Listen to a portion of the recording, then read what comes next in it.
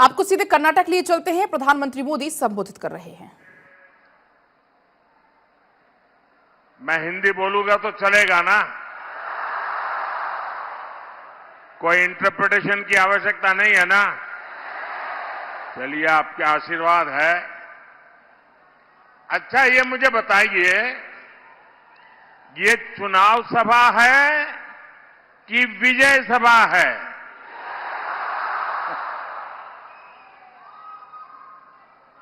आप लोगों ने वातावरण तो ऐसे ही बढ़ा दिया है जैसे कर्नाटका में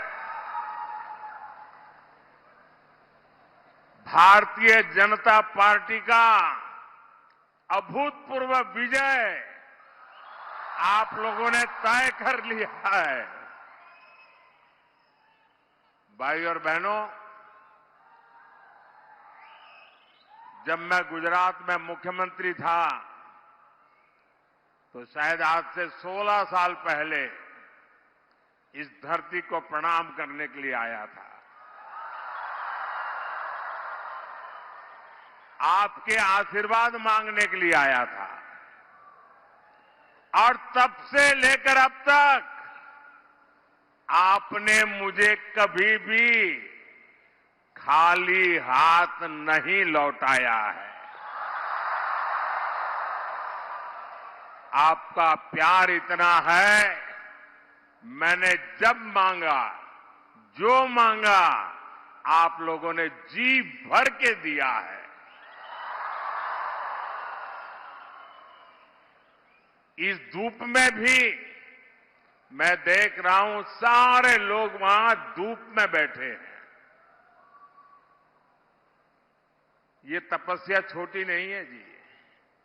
इतनी बड़ी तादाद में धूप में लोग जो बैठे हैं, यहां धूप में खड़े हैं,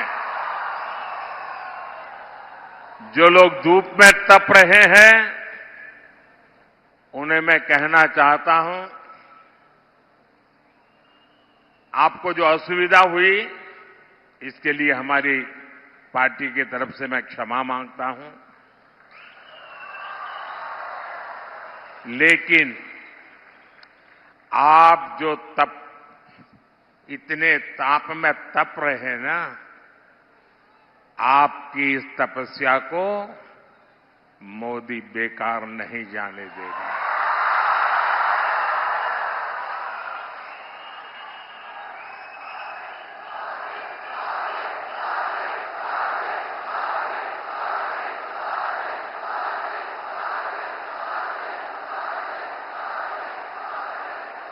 आप जो ये तपस्या कर रहे हैं, मैं विकास करके आपको अवश्य लौटाऊंगा। भाइयों और बहनों, आज मैं आप सभी से विकसित कर्नाटका के लिए, विकसित भारत के लिए आप सबका, पूरे कर्नाटका का आशीर्वाद मांगने के लिए आया हूं।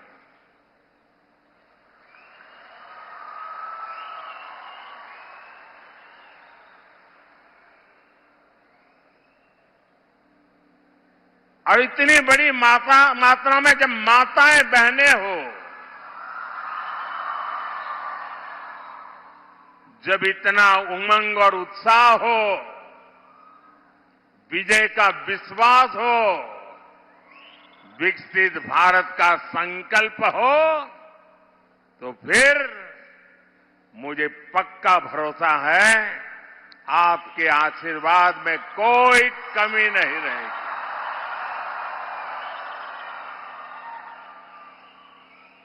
और मैं देख रहा हूं कि आप उत्तर कन्नड़ा से मेरे बहुत पुराने साथी विश्वेश्वर हेगड़े जी और धारवाड़ से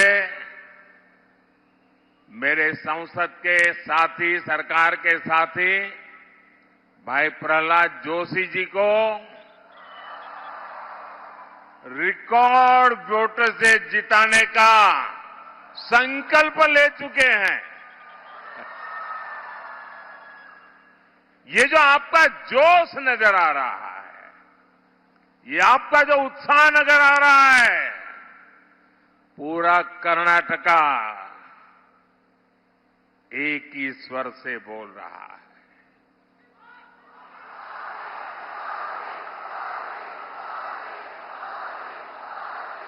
एक ही गुंज सुनाई दे रही है। फिर एक बार, फिर एक बार, फिर एक बार।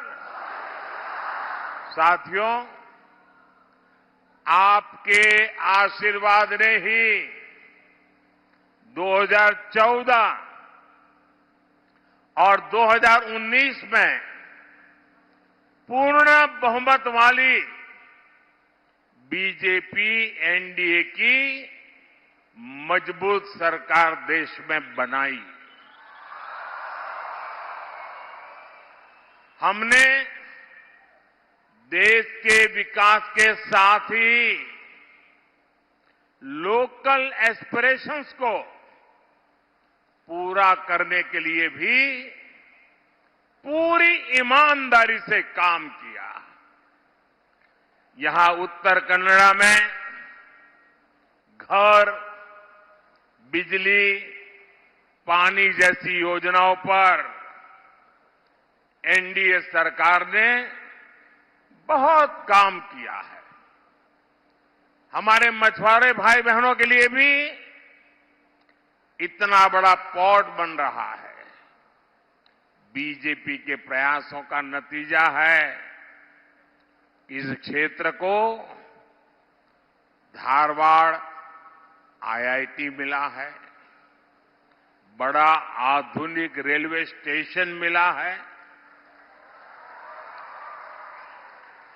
बीजेपी सरकार विकास भी, विरासत भी इस मंत्र को लेकर चलती है। साथियों, जब मजबूत सरकार होती है, पूर्ण बहुमत वाली स्थिर सरकार होती है, तो दुनिया भी उस पर भरोसा करती है।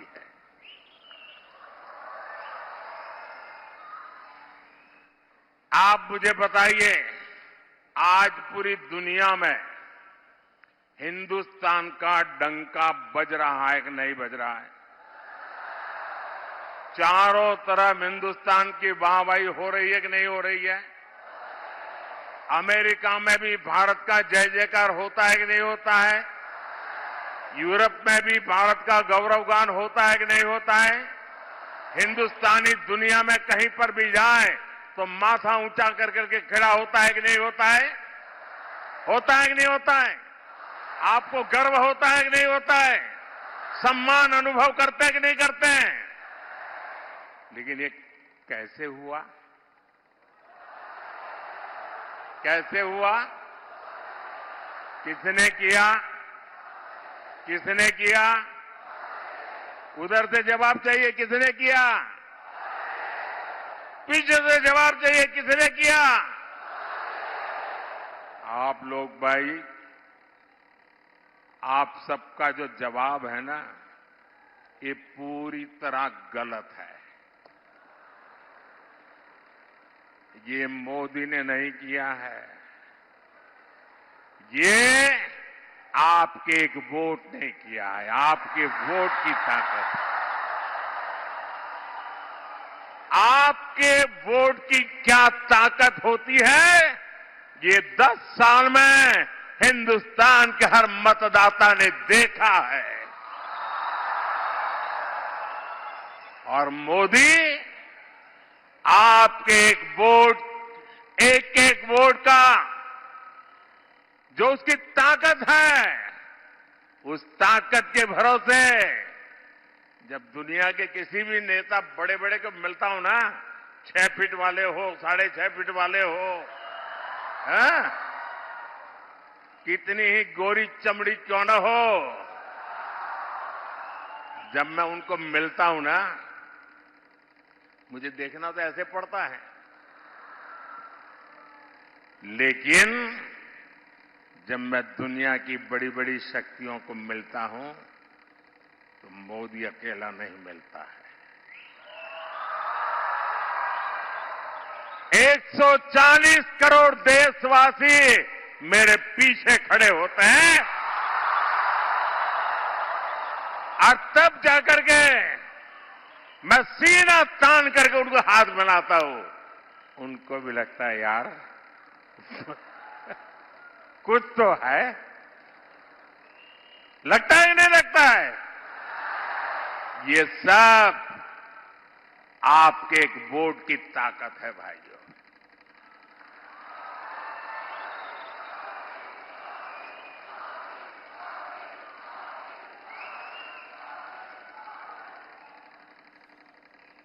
अयोध्या में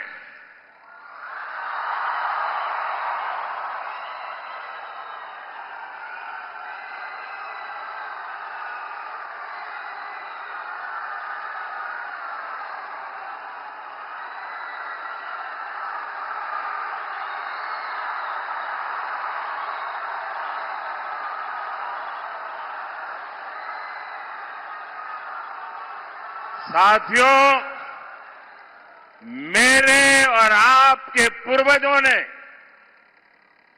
हमारे पूर्वजों ने अयोध्या में प्रभु राम के लिए 500 साल तक लड़ाई लड़ी। 500 साल छोटा कालखंड नहीं है।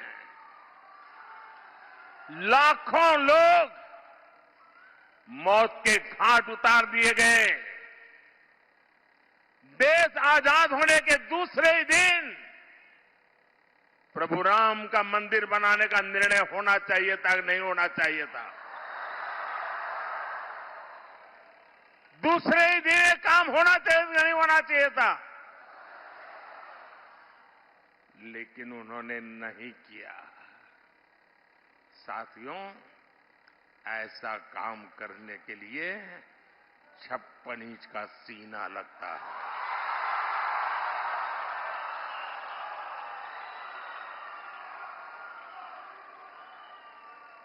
तब जाकर के 500 साल का सपना,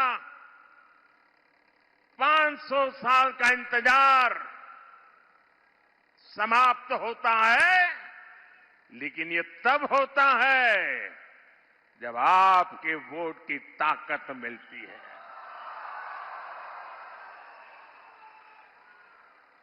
आज अयोध्या में प्रभु राम का मंदिर बना है। आपको अच्छा लगता है ना? गर्व होता है ना? ये पुण्य का काम हुआ है कि नहीं हुआ है? ये पवित्र काम हुआ है कि नहीं हुआ है? मुझे बताइए, इस पुण्य के हकदार कौन है? इस पुण्य के हकदार कौन है? इसके पुण्य के हकदार आप है, जिन्होंने एक वोट देकर के मजबूत सरकार बनाई है। और देखिए, देश में वोट बैंक की राजनीति कितनी विकृति पर पहुंची है, कितनी विनाशक बन गई है कि 500 साल के संघर्ष के बाद देश के सुप्रीम कोर्ट के निर्णय के बाद देश के कोटि कोटि जन, किसी ने 5 रुपया, किसी ने 11 रुपया, किसी ने 100 रुपया, किसी ने 1000 रुपया, किसी ने लाख रुपया, आप सबने दान दे करके प्रभु राम का मंदिर बनाया है। ये प्रभु राम का मंदिर सरकारी खजाने से नहीं बना है। ये प्रभु राम का मंदिर टैक्स पेयर के पैसों से नहीं बना है। ये हिंदुस्तान के राम भक्तों के जेब से निकले हुए पैसों से बना है। आपके पैसों से बना हुआ है। और जब अब आपको पता है देश आजाद होने के बाद इन्होंने राम मंदिर न बने इसके लिए सब कुछ कोशिश की, आखिरी दिन तक अदालत में भी गए और 2019 में तो यहां तक कह दिया कि ये केस अभी चलना नहीं चाहिए वरना मोदी को चुनाव में फायदा हो जाएगा, ऐसा कोर्ट में कहा। कांग्रेस पार्टी और उनके सारे चट्टे बट्टे राम मंदिर को रोकने के लिए 70 साल तक कोशिश करते रहे। उसके बावजूद भी ये राम मंदिर के जो ट्रस्टी हैं वो सब भूल करके, उनके सारे पापों को भूल करके, उनके सारे गुनाहों को भूल करके उनके घर गए। घर जाकर के सम्मानपूर्वक प्रभु राम की प्राण प्रतिष्ठा में कार्यक्रम में आने के लिए निमंत्रण दिया। कि कितना बड़ा मन है, निमंत्रण दिया। और इन्होंने क्या किया? प्रभु राम की प्राण प्रतिष्ठा के निमंत्रण को इन्होंने ठुकरा दिया। मेरे भाइयों बहनों, जिन्होंने रामलला का अपमान किया है, जिन्होंने निमंत्रण को ठुकरा दिया है, देश ऐसे लोगों को ठुकराएगा कि नहीं ठुकराएगा? कर्नाटका ठुकराएगा कि नहीं ठुकराएगा? आप लोग ठुकराएंगे कि नहीं ठुकराएंगे? और दूसरी तरफ कमाल देखिए, एक तरफ वोट बैंक के भूखे लोगों ने राम मंदिर का इतना बड़ा अपमान कर दिया, तो दूसरी तरफ अयोध्या में एक अंसारी परिवार है, शायद इकबाल अंसारी, उनका पूरा परिवार 2-2, 3-3 पीढ़ी से राम मंदिर के खिलाफ अदालत में केस लड़ रहा था। और उसका कहना था कि बाबरी मस्जिद है, यहां राम मंदिर नहीं बनना चाहिए। 3-3 पीढ़ी अदालत में लड़ती रही, लेकिन जिस दिन सुप्रीम कोर्ट ने निर्णय किया तो उन्होंने कहा अदालत का निर्णय मेरे सर आंखों पर है। इतना ही नहीं, वो जीवन भर, उनके पिताजी भी जीवन भर अदालत में लड़ते थे, लेकिन जब राम जन्मभूमि के ट्रस्टियों ने उनको भी निमंत्रण दिया, कांग्रेस और उसके चट्टे बट्टों ने तो निमंत्रण को ठुकरा दिया। लेकिन ये अंसारी परिवार देखिए, ये अंसारी मुसलमान होने के बावजूद भी राम मंदिर प्राण प्रतिष्ठा में गए, पूरा समय बैठे, और इतना ही नहीं, उनका जो गनमैन था वो हिंदू था, तो उन्होंने गनमैन को एक लकड़ी की छोटा बना हुआ राम मंदिर की प्रतिकृति उसको भेंट में सौगात में दी। ये फर्क होता है भाइयों बहनों।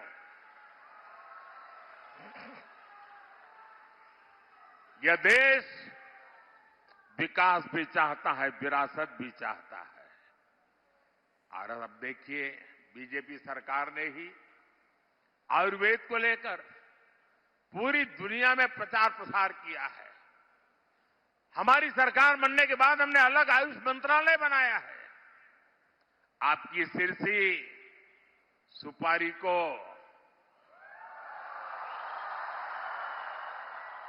जीआई टैग यानी उत्तर कन्नड़ा की पहचान बीजेपी ने ही दी है। हमारे कर्नाटका में मिलेट्स, हमारे किसानों की बहुत बड़ा क्षेत्र है। कोई पूछता नहीं था, छोटे किसान परेशान थे कि मिलेट को करूं क्या। ये बीजेपी, मैंने यूएन को कहा ये सुपर फूड है, ये एनवायरमेंट फ्रेंडली खेती है, और यूएन ने इंटरनेशनल मिलेट डे मनाया और मिलेट ईयर मनाया। और आज जिसको आप श्री अन्न कहते हैं ना, जिसको आज हम पूरे देश में श्री अन्न के रूप में जानते हैं, आज मिलेट की पूरे दुनिया में मांग बढ़ी है और उसका लाभ कर्नाटका के किसानों को मिल रहा है। साथियों, जब आपका अपने पर भरोसा हो ना, अपने देश पर भरोसा हो, अपने देश की हर बात पर भरोसा हो, तो दुनिया भी आपकी बातों पर भरोसा करती है। हमने मिलेट का इतना बड़ा अभियान चलाया। पिछले वर्ष में अमेरिका के राष्ट्रपति जी ने मुझे अपने घर पे बुलाया था। बहुत बड़ा भोज रखा था और देश का मैं शायद पहला प्रधानमंत्री था जिसके लिए इतना बड़ा समारोह किया गया था। पूरे अमेरिका के बड़े बड़े दिग्गज लोग वहां भोजन समारोह में थे और क्या मजा था उसका। हर एक के टेबल पर ये हमारा जो मिलेट्स है ना, उसकी चीजें बना करके परोसी गई थी। ये सुनते हैं तो आपको गर्व होता है कि नहीं होता है? कनाडा के खेत में पैदा हुआ मिलेट अमेरिका के व्हाइट हाउस में टेबल पर जब परोसा जाता है, कौन कनाडा के व्यक्ति होगा जिसको गर्व नहीं होगा? साथियों, बीजेपी सरकार इस क्षेत्र की फिशरमैन कम्युनिटी के विकास के लिए भी कमिटेड है। हमारी सरकार है जिसमें फिशरमैन के लिए अलग मंत्रालय बनाया गया। आजादी के इतने साल के बाद पहली बार फिशरमैन के लिए किसान क्रेडिट कार्ड की सुविधा बीजेपी ने दी। पहली बार 20,000 करोड़ की मत्स्य संपदा योजना बीजेपी ने बनाई। अब बीजेपी ने अपने मैनिफेस्टो में फिशरमैन के लिए प्रोडक्शन और प्रोसेसिंग क्लस्टर बनाने की घोषणा की है और इसका भी बड़ा लाभ हमारे जो मछुआरे भाई बहन हैं उस पूरे समाज को मिलने वाला है। साथियों, बीजेपी के प्रयासों से अलग यहां की कांग्रेस की सरकार कर्नाटका को तबाह करने में जुटी है। कांग्रेस क्राइम को कंट्रोल करने के बजाय एंटी सोशल और एंटी नेशनल माइंडसेट को बढ़ावा दे रही है। हुबली में कुछ दिन पहले हमारी एक बेटी के साथ जो हुआ, उसे देखकर पूरा देश चिंतित है। हर मां बाप को कर्नाटका में अपनी बेटी की चिंता सता रही है। किसके कारण? कांग्रेस के पाप के कारण।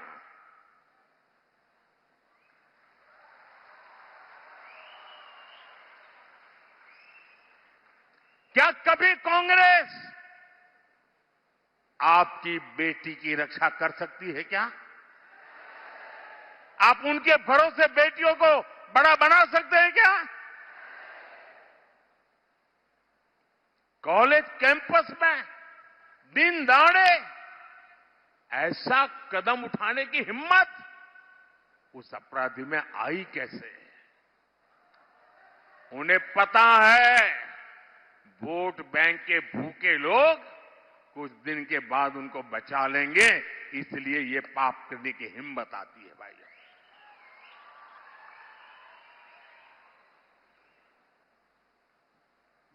इस क्राइम ने कर्नाटका में हमारी बेटियों की सुरक्षा के संबंध में गंभीर सवाल खड़े किए हैं।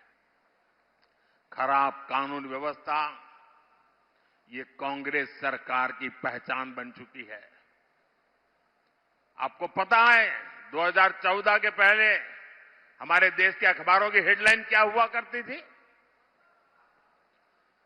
आज बेंगलुरु में बम धमाका हुआ, आज बेंगलुरु में बम धमाका हुआ, आज अयोध्या में बम धमाका हुआ, आज दिल्ली में बम धमाका हुआ, आज गांधीनगर में बम धमाका हुआ, आज सूरत में बम धमाका हुआ, आज मुंबई के अंदर ट्रेन में ब्लास्ट हो गया। ये खबरें आती थी कि नहीं आती थी? आती थी कि नहीं आती थी? 2014 के बाद ये खबरें खत्म हुई कि नहीं हुई? खत्म हुई कि नहीं हुई? देश के कोने कोने में बम धमाकों को रोक लगी कि नहीं लगी? लेकिन बेंगलुरु में इनके आते ही बम फोड़ते हैं आकर के आतंकी। बेंगलुरु हाईटेक सिटी, दुनिया में जिस बेंगलुरु का नाम, वहां पर एक काफे में बम फूटता है। भाइयों बहनों, और ये लोग बयान देते हैं क्या? गैस का सिलेंडर फटा है। अरे आपका दिमाग फटा है कि गैस का सिलेंडर फटा है?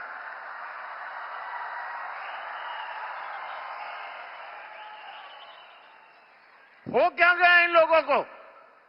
और जब मामला एनआईए के पास गया, तब जाकर के बंगाल में जाकर के उनको दबोच करके ले आए हैं भाइयों। और जिसके पीछे जिन लोगों का नाम है, पीएफआई जैसे संगठन, जिसको प्रतिबंध लगा है, वायनाड में ऐसे पीएफआई के संगठनों की मदद ली जाती है, तो फिर उनका तूफान और बढ़ेगा कि नहीं बढ़ेगा? कांग्रेस ने जिस प्रकार वोट के लिए पीएफआई जैसे संगठनों की मदद दी है, उनसे सहाय ली है, और ऐसे ही कारणों से ऐसे लोगों की ताकत बढ़ जाती है भाइयों। कांग्रेस का ट्रैक रिकॉर्ड आतंकियों के मारे जाने पर आंसू बहाने का आपको याद होगा। दिल्ली में आतंकी घटना घटी थी, कांग्रेस की एक नेता आंसू बहा रही थी कि आतंकी क्यों मारा गया। ये मैं नहीं कह रहा हूं, कांग्रेस के नेता कह रहे हैं।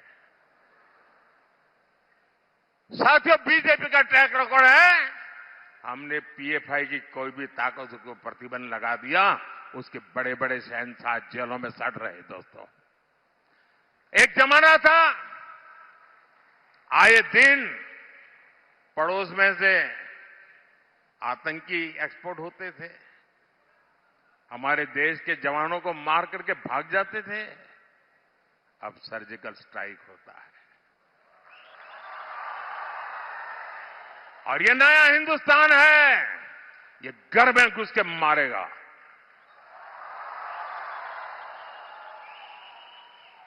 साथियों, कल से एक कांग्रेस के साहजादे एक बयान से पूरे देश में हंगामा हो रहा है। साहजादे का कहना है कि हजारों वर्षों से राजा महाराजा हमारे देश में हुए, वे सब अत्याचारी थे, लूट लेते थे। क्या आप इनसे सहमत हैं क्या?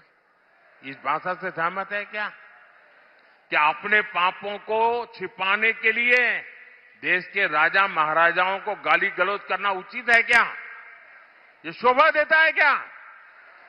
कांग्रेस का ट्रैक रिकॉर्ड रहा है कि उसने भारतीय संस्कृति को नष्ट किया, भारत के इतिहास को सहित इतिहास नहीं रखा, उसको तोड़ा मरोड़ा है।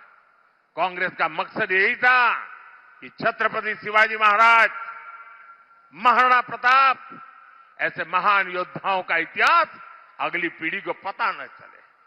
ये साहजादे बाहर राजा महाराजा को गाली देते, उसको मालूम नहीं है छत्रपति शिवाजी महाराज ने पानी में जो काम किया था, उस जमाने में पानी पर जो प्रबंधन किया था, आज भी बड़े बड़े इंजीनियरों के लिए ये बहुत बड़ा सीखने वाला काम है। आपको तो सिर्फ इतना ही समझ आता है कि छत्रपति शिवाजी महाराज घोड़े पर बैठे। शिवाजी महाराज ने इतनी छोटी छोटी चीजों की चिंता की थी समाज की भलाई के लिए, आप उनको गालियां दे रहे हो। और उनके मुंह से किसी नवाब के लिए गाली सुनी भाई? किसी सुल्तान के लिए गाली सुनी क्या? किसी बादशाह के लिए गाली सुनी क्या? Vote bank. लोग पूछ रहे हैं कि कांग्रेस तुष्टीकरण के लिए और कितना पतन होगा, लोग पूछ रहे हैं। साथियों, इस क्षेत्र का भारत के इतिहास में बहुत ऊंचा स्थान है। यहां से कदम राजवंश ने लंबे समय तक शासन किया। कन्नड़ा भाषा की जो सेवा कदम राजवंश ने की है, क्या उसे कोई कन्नड़ी का भुला सकता है क्या? मैसूरू राजघराना वडियार राजवंश ने शिक्षा सहित हर सेक्टर में कितने ही काम किए हैं। अरे मैं गुजरात से आता हूं, मेरा गांव बड़ौदा गायकवाड़ स्टेट में हुआ करता था और बड़ौदा के महाराजा गायकवाड़ उन्होंने बाबा साहब आंबेडकर की प्रतिभा को देखा था। बाबा साहब आंबेडकर को बड़ौदा ले गए, बाबा साहब आंबेडकर को अपने पास रखा और बाबा साहब आंबेडकर को विदेश भेजने का पूरा प्रबंध महाराजा गायकवाड़ ने किया था और देश को बाबा साहब आंबेडकर मिले थे। लेकिन भाइयों बहनों, ये हमारे राजा महाराजाओं का योगदान शहजादे को अत्याचारी लगता है? आप ऐसे लोगों को माफ कर सकते हो भाई? कर्नाटका सहित पूरा देश का इतिहास है जहां नवाबों ने, सुल्तानों ने, बादशाहों ने आम नागरिकों पर घोर जुल्म किया, अत्याचार किए हैं।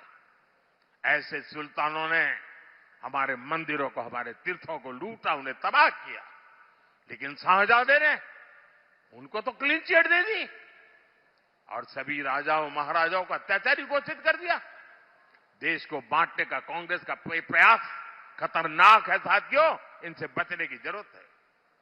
भाइयों बहनों, आपने देखा होगा अब ये शाहजादे कह रहे हैं वो चुनाव के बाद अगर सत्ता में आए पूरे देश का एक्सरे करेंगे। एक्सरे, आपका एक्सरे होगा, आपके लॉकर का एक्सरे होगा, आपके घर का एक्सरे होगा, आपके खेत का एक्सरे होगा और वो ढूंढ के निकालेंगे किसके पास क्या है। और फिर अगर ज्यादा है तो हड़प कर लेंगे और उनकी जो वोट बैंक है उनको बांट देंगे। हमारी माताओं बहनों के पास स्त्री धन एक बहुत सम्माननीय संपत्ति होती है। माताओं बहनों का मंगलसूत्र उससे पवित्र और कुछ मानते नहीं है। ये उस पर नजर बिठाए बैठे हैं कि ये तुम्हारे पास है, क्या जरूरत है, लाओ। क्या ये पाप हम करने देंगे क्या? ये उन्होंने ठान के रखा हुआ है भाई बहनों। और जब मैं ऐसी चीजें खोल करके रखता हूं तो उनको लगता है अरे पकड़े गए, मोदी तो मार रहा है। अरे मारेगा नहीं तो क्या करेगा? माफ करेगा क्या? देश को तबाह करने के ये आपके तरीकों को मैं देशवासियों को नहीं बताऊंगा तो कौन बताएगा? और आपको पता होना चाहिए मोदी मौज करने के लिए पैदा नहीं हुआ है।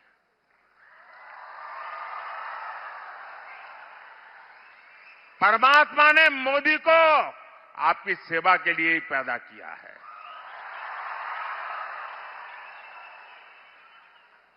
और आपका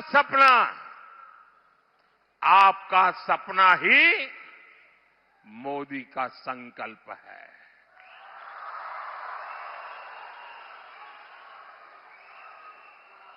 ये मेरी गारंटी है आपको।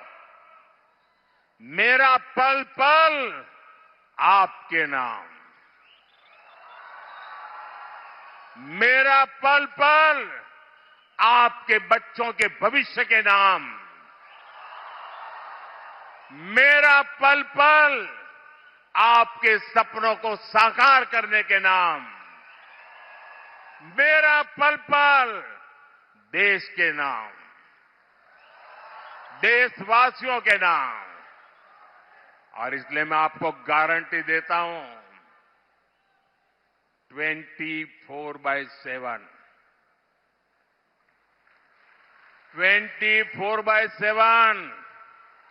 और 2047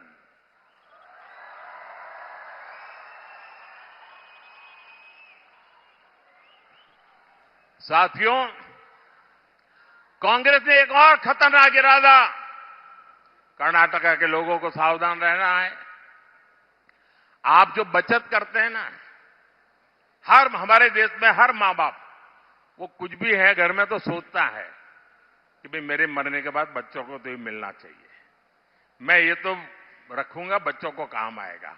एक घर कैसे भी करके बना दूं ताकि मरने के बाद बच्चों को दे सकूं। ये हर हिंदुस्तानी के मन में रहता है कि नहीं रहता है? गरीब से गरीब हिंदुस्तानी भी मरने के बाद बच्चों को कुछ देने का इरादा रखता है कि नहीं रखता है? अब ये शाहजादे ने, उनके गुरु ने अमेरिका से घोषणा की है कि वो इनहेरिटेंस टैक्स लाएंगे।